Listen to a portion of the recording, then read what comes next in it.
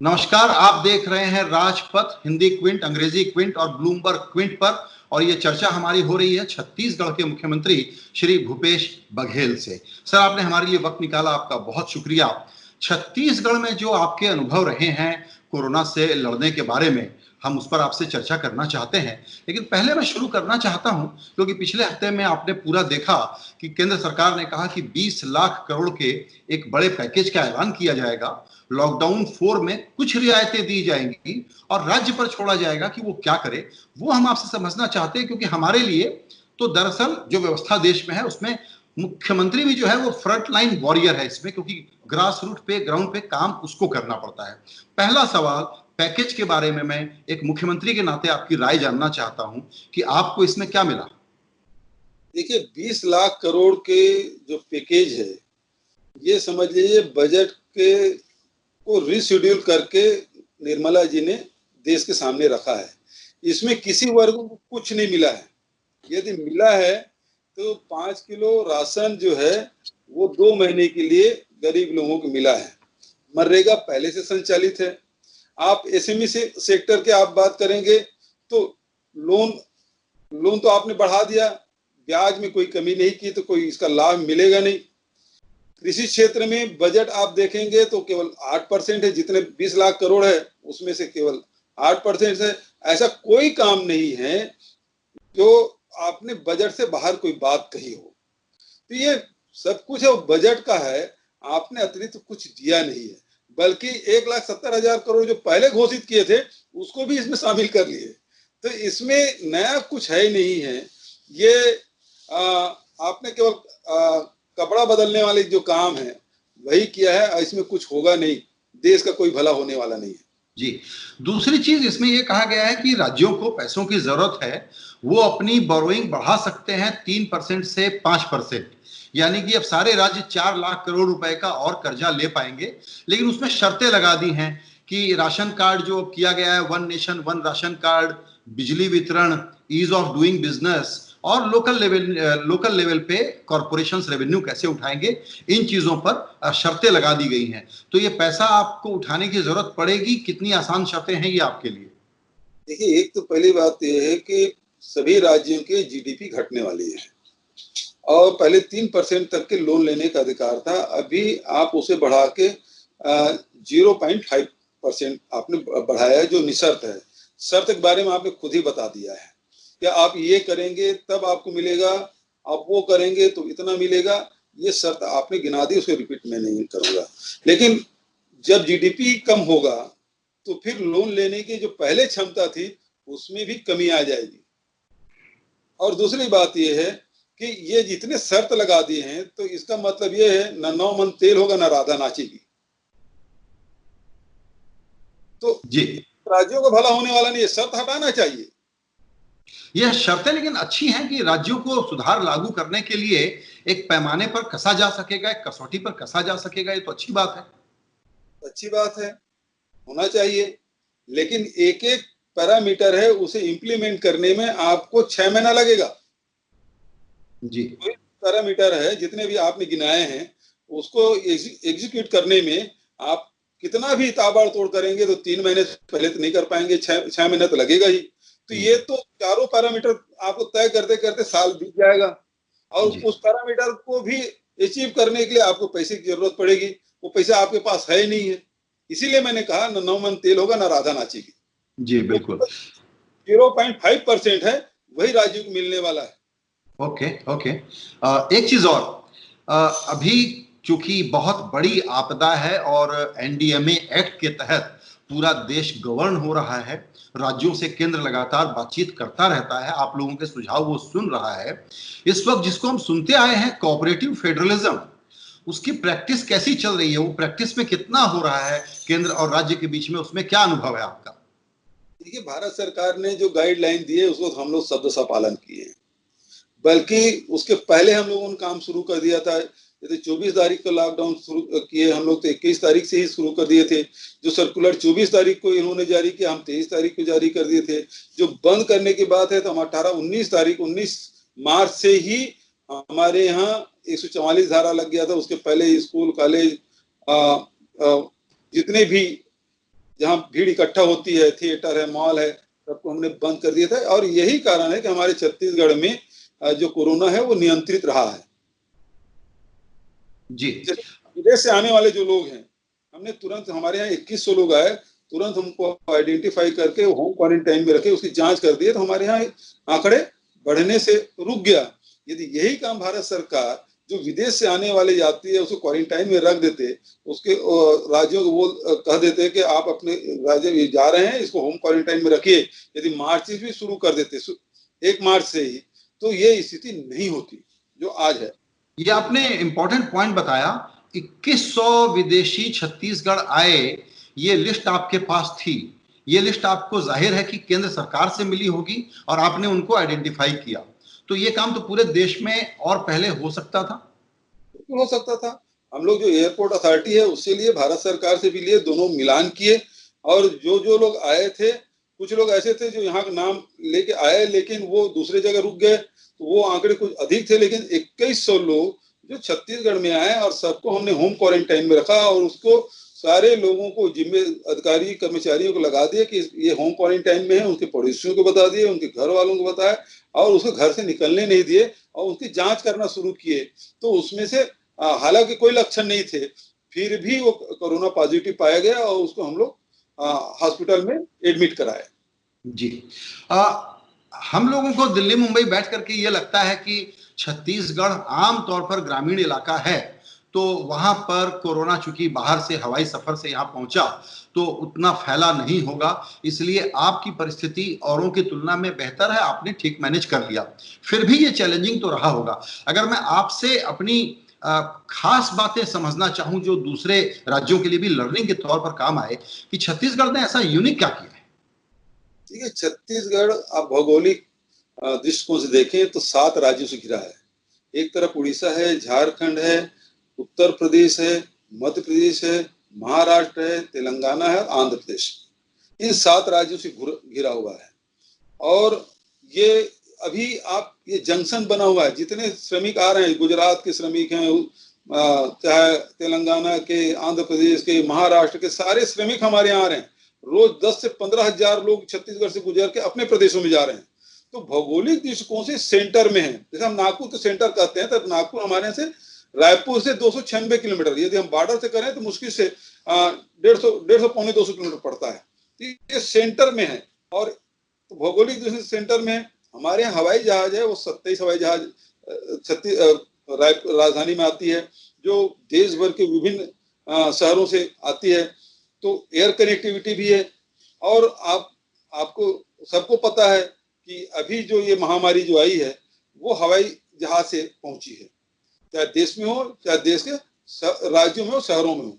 तो सबसे पहले हमने उसको पकड़ा और उसमें हमको सफलता मिली। बाद में एक जो तबलीगी जमात का आया था और वो कोरोना फैला के गया, वो करीब 28 लोगों को उसमें फैला, उसको भी हम लोग किए।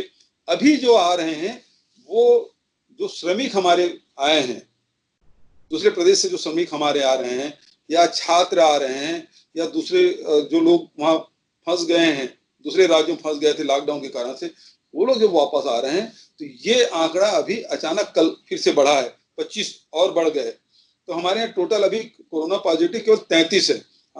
हमारे पास तो जब ये श्रमिकों का आना जाना बंद था तो केवल 3 तक के हम लोग सीमित कर दिए थे, लेकिन अभी बढ़ा है। निश्चित रूप से श्रमिक आएंगे, वो हमारे प्रदेश के हैं, हम लाना भी चाहते हैं। और इसके लिए हम लोगों ने जो किया है कि हमारे यहाँ 16,499 क्वारंटाइन सेंटर हमने बना कर रखा है। हमको पता है कि किस गांव से कितने लोग किस राज्य में गए हैं, वो कब आ रहे हैं, उसकी जानकारी है। और आ गए हैं तो गांव वाले के सहयोग से हमारे अधिकारी कर्मचारी उस क्वारंटाइन सेंटर में वो रख रहे हैं, उसकी देखभाल भी कर रहे हैं और जो फिजिकल डिस्टेंसिंग है उसका भी बराबर मेंटेन कर रहे हैं। जी। एक चीज बताएं, आपने जो अभी नंबर बताया कि 16,000 क्वारंटाइन सेंटर तैयार रखे हुए हैं, अभी लेटेस्ट आंकड़ा आपने 33 का बताया, यानी अभी छत्तीसगढ़ का कुल नंबर क्या है लेटेस्ट? बहुत कम है। 33 है जो पॉजिटिव है, केवल 33 है। जी। तो थे 50 लोग स्वस्थ होकर चले गए। जी, ये बताएं कि ये जो माइग्रेंट वर्कर वाला एक पूरे देश में इस वक्त हम जो दृश्य देख रहे हैं, जाहिर है कि बहुत तकलीफ वाला है, ये तो सब मानते हैं। एक तरफ हम कहते हैं कि हम तो जब आपदा आती है तो इस देश का तंत्र बहुत बढ़िया से काम कर लेता है। दूसरी तरफ ये है कि 25 मार्च से लेके अभी तक कुछ करोड़ लोगों का मूवमेंट भारत राज्य, इंडियन स्टेट मैनेज नहीं कर पा रहा है, चाहे केंद्र हो, चाहे राज्य हो, चाहे रेल मंत्रालय हो। ये कितनी दुखद कमेंट्री है हमारे पूरे प्रशासन तंत्र पर, और इसके लिए अगर हम जिम्मेदारी ढूंढने के लिए चले ताकि आगे गलती ना हो और अभी लोगों को हम ठीक से पहुंचा ला सकें, तो उस पर आपका व्यू मैं समझना चाहता हूं। देखिए, जब आप लॉकडाउन घोषित किए थे, उसके पहले ही सब लोगों को सचेत कर देते कि अब ये लॉकडाउन लंबा चलने वाला है। और जैसे कि सबको पता है, चाहे इटली का अनुभव हो, चाहे अमेरिका का अनुभव हो, चाहे इंग्लैंड का अनुभव है, वो सारे अनुभव हमारे पास है और ये लंबा चलने वाला है। अभी भी कोई नहीं कह सकता कब ये समाप्त होगा। तो ऐसे में जब आपको पता था बहुत लंबा चलने वाला है, तो लोगों से अपील कर देते कि आप अपने अपने घर जाएं और इस तारीख को आपके लॉकडाउन शुरू होंगे, तो व्यक्ति व्यवस्था कर लेता।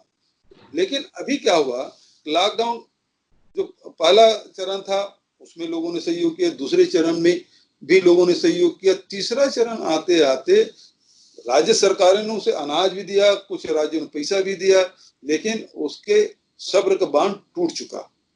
और फिर मजदूर ये सोच लिए कि हमको हर हालत में अपने घर जाना है। और स्थिति ये है कि राज्य केंद्र सरकार कितने भी ट्रेन की व्यवस्था करे, राज्य सरकार कितने भी बसों की व्यवस्था कर रहे हैं, लेकिन जो व्यवहारिक बात है वो ट्रक और बस किराया करके, ऑटो किराया करके, जीप और कार किराया करके लोग अपने घरों तक के जा रहे हैं। चाहे वो झारखंड हो, चाहे बिहार हो, चाहे यूपी हो, चाहे वो पश्चिम बंगाल हो, चाहे उड़ीसा हो, सब राज्य में जा रहे हैं। मेरे प्रदेश से होकर गुजर के जा रहे हैं लोग। तो एक इस पे बड़ी जो ट्रेजिक बात हमको लगती है सर, और आप प्रशासक हैं तो आप बता पाएंगे कि हमारी समझ में कहाँ गलती है। एक तरफ हम कहते हैं कि डिजिटल इंडिया हो गया, हर आदमी मैप्ड है, तरह तरह के डेटाबेस में जन धन से लेकर के जो दूसरी नरेगा की योजनाएं हैं और पता नहीं क्या क्या, सब में वो इंसान कैप्चर्ड है। क्या माइग्रेंट वर्कर्स की शिनाख्त और उनकी आवाजाही को हम लोग और आसान नहीं बना सकते थे? क्योंकि अब हमारी अंडरस्टैंडिंग ये है कि माइग्रेंट वर्कर नाम की चिड़िया का कोई डेटा सरकारों के पास नहीं है। देखिए, माइग्रेंट लेबर के हमारे राज्य में जो आंकड़े हमारे पास हैं, किस राज्य में गए हैं कमोबेश वो जानकारी हमको है। लेकिन सवाल इस बात का है, जैसे अभी भी आप ट्रेन चला रहे हैं, तो आपने क्या शर्त लागू कर दी कि दोनों राज्य जब सहमत होंगे तब ट्रेन चलेगी। तो वो जो सहमति लेने में जो समय लग रहा है, वो जो माइग्रेंट लेबर है वो रजिस्ट्रेशन अपने राज्यों में करा दिए। हमको ये जानकारी हो गई कि हमारे पास 2,07,000 है कि 2,60,000 है कि 10 लाख है, 15 लाख, 17 लाख, जो भी आंकड़े हैं हमको मालूम हो गया। लेकिन जब ट्रेन पहुंचते तक के जो मजदूर है वो इंतजार नहीं कर पा रहा है, फिर वो सड़कों पे निकल आए, किराएदार किराया मांगने लगे, जो जिस फैक्ट्री में काम कर रहे थे वो निकाल दिए। तो ऐसी स्थिति में उन्होंने कहा जब सड़क में सोना ही है तो हम अपने घर को चलें। और फिर जब सड़क में चल रहा है तो न वो टेलीविजन देख रहा है, न वो रेडियो सुन पा रहा है। तो आपके जो संदेश है वो मजदूरों तक पहुंच नहीं पा रहा है जो सड़कों पे है। बिल्कुल बिल्कुल। आपके राज्य के संदर्भ में मैं समझना चाहूंगा कि सबसे ज्यादा राहत पहुंचाने में बाहर से आपके राज्य के जो मजदूर थे वो, या जो वहां पर लोग हैं और जो गरीब सबसे ज्यादा हैं जिनका जॉब गया, कौन सी स्कीम को आपने इफेक्टिवली यूज किया जिसके थ्रू आप लोगों तक पहुंच पाए, या किसमें दिक्कतें आई?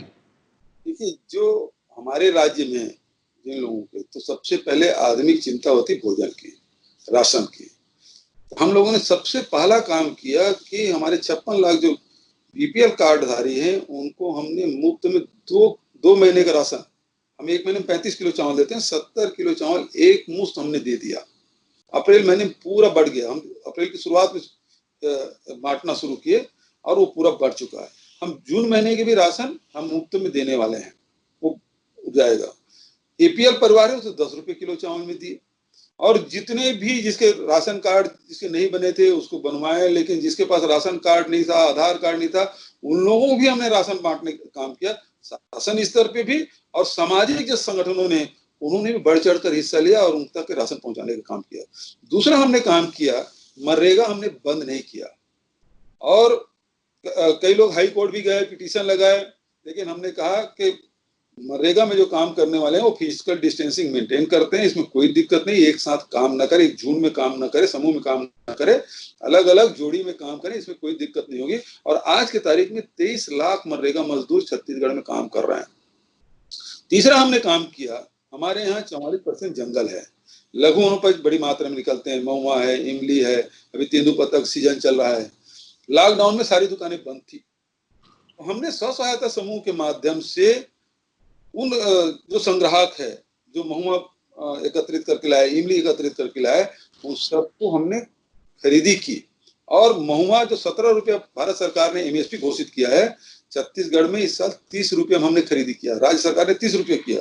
और मार्केट जब हमने खरीदना शुरू किया तो फिर व्यापारियों ने भी कहा हम खरीदना चाहते हैं, तो सेकंड लाइन लॉकडाउन हुआ, उसमें थोड़ी ढील दी गई और वो लोग भी खरीदे, तो 35 और 40 रुपए में व्यापारी खरीदे। तो जो 17 रुपये का महुआ है वो 40 रुपए तक ही बिका है। ये लाभ मतलब इस कोरोना संकट में भी औने पौने में नहीं बेचा, उसको दुगुना लाभ मिला है। तो ये काम हम लोगों ने किया। और तीसरा जो काम है कृषि के क्षेत्र में, हमने राजीव गांधी किसान न्याय योजना अभी 21 तारीख को हम लोग उसको वितरित करने वाले, प्रथम किस्त किसानों को मिलेगा, जिसमें 20 लाख किसान हैं, उसे 5,700 करोड़ से अधिक की राशि, चाहे वो धान उत्पादक हो, चाहे गन्ना उत्पादक हो, चाहे मक्का उत्पादक हो, उसको हम लोग देने जा रहे हैं। बिल्कुल। एक विषय और आपके साथ मैं टच करना चाहूंगा। पिछले दिनों में मैंने दो जिरह देखी, एक तो आपकी रेल मंत्री के साथ जिरह हुई और दूसरा जो खनन पीएसयूज हैं उनके पैसों को लेकर के कि आपके राज्य में कैसे खर्च हो, ये आपने मुद्दा उठाया। उसके पीछे क्या है? क्योंकि बीजेपी का कहना है कि आप तो पॉलिटिक्स कर रहे हैं। इसमें पॉलिटिक्स क्या है? यदि रेल मंत्री कहे कि केवल 10 ट्रेन छत्तीसगढ़ ने मांगा है और उस तारीख के जिस दिन आरोप लगाया उस दिन 9 ट्रेन तक हमारे छत्तीसगढ़ पहुंच चुके थे। आज की तारीख में 43 ट्रेनों की हमने सहमति दी और दर्जन से ऊपर ट्रेन छत्तीसगढ़ में पहुंच चुका है। ये आंकड़े अपने आप में साबित करता है कि रेल मंत्री जी झूठ बोल रहे हैं और राजनीति कर रहे हैं। जहां तक के जो पब्लिक अंडरटेकिंग जितने भी हैं, उसमें आप देखें जो सीएसआर का पैसा है, तो सीएसआर का पैसा जो खनन प्रभावित क्षेत्र के जो लोग हैं उनके विकास के लिए, उनके कंपनसेशन के लिए उसको दिया जाता है। चाहे उसमें स्कूल बनाए, हॉस्पिटल खोलें, सड़क बनाए, उनके रोजगार की व्यवस्था करें, इसके लिए वो राशि है। और सबको आपने प्रधानमंत्री केयर में ले लिया, तो हमने कहा कि भाई वो पैसा यहाँ छत्तीसगढ़ के गरीब लोगों का है, उसको दे दीजिए हमको। चाहे वो एनएमडीसी का हो, चाहे एसीसीएल का हो, चाहे वो बालको का हो, चाहे भिलाई स्टील प्लांट का हो, सारे जो जो पीएम केयर में ले गए हैं। कोई सुनवाई हुई, कोई रिस्पॉन्स मिला? अब हमने तो कहा दिया, हमारी जो मांग है, छत्तीसगढ़ के लोगों की मांग है, उस रखने का अधिकार तो मुझे है और मेरी जिम्मेदारी है, तो मैंने उसकी जिम्मेदारी का निर्वहन किया। अब देना नहीं देना भारत सरकार को, प्रधानमंत्री पर है, क्योंकि प्रधानमंत्री केयर पीएम केयर का पैसा है, हमने जमा करा लिया। बिल्कुल। एक चीज और समझनी है, चूंकि आप खनन संपदा वाले राज्य से आते हैं, तो सरकार ने अभी जो पैकेज अनाउंस किया उसमें एक चीज और अनाउंस की जिस पर जाहिर है कि मिक्स रिएक्शन है अलग अलग स्टेक होल्डर का। एक ये है कि अब कमर्शियल माइनिंग कोल में अलाउ की जाएगी। कोल अगर दे रहे हैं और बॉक्साइट के साथ कोल नहीं दे रहे हैं तो एल्यूमिनियम नहीं बन पा रहा है, तो दोनों को साथ में देंगे। तो इसको माना जा रहा है कि बड़ा भारी सुधार है जो भारत की आर्थिक प्रगति के बड़ा काम आएगा। आपका क्या कहना है? देखिए, जहां तक एल्युमिनियम की बात है, तो जो बॉक्साइट है माने छोटे छोटे पेच में है।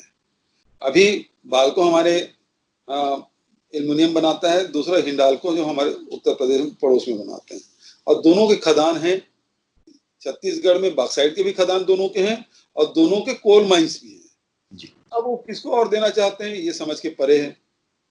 और दूसरी बात ये है कि यदि प्राइवेट प्लेयर को इसमें दे रहे हैं, और तो आज जितने बिजली की आवश्यकता पूरे देश में रही है, अभी कोरोना संकट के समय वो 3/4 या 2/3 रह गया है, न फैक्ट्री चल रही है, ट्रेन चल रहा है, न फैक्ट्री चल रहा है।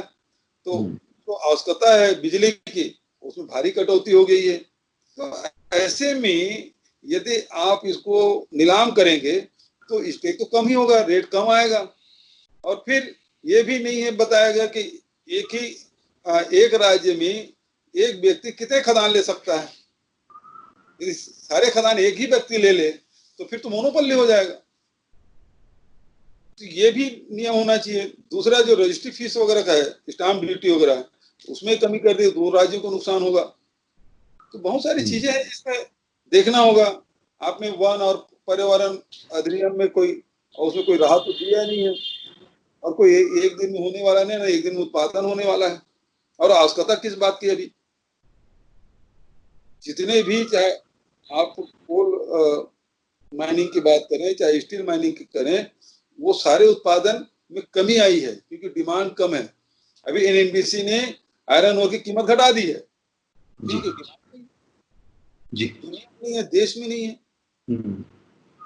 एक सवाल आपसे और जो कि आपके राज्य के लिए बड़ा इम्पोर्टेंट है, वो ये है कि इस वक्त वो विषय हालांकि खबरों में नहीं है, वो है नक्सल समस्या।